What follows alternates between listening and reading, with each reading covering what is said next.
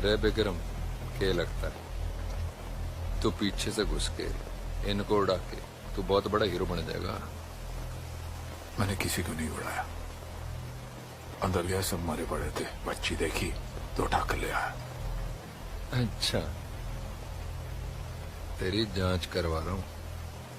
सबूत मिला तो अंदर करवा दूंगा। तेरी जब भी सुलगती है मुझे बहुत ठंडक मिलती है। तुझे इमरान चाहिए ना, अंदर जाके अरेस्ट कर ले।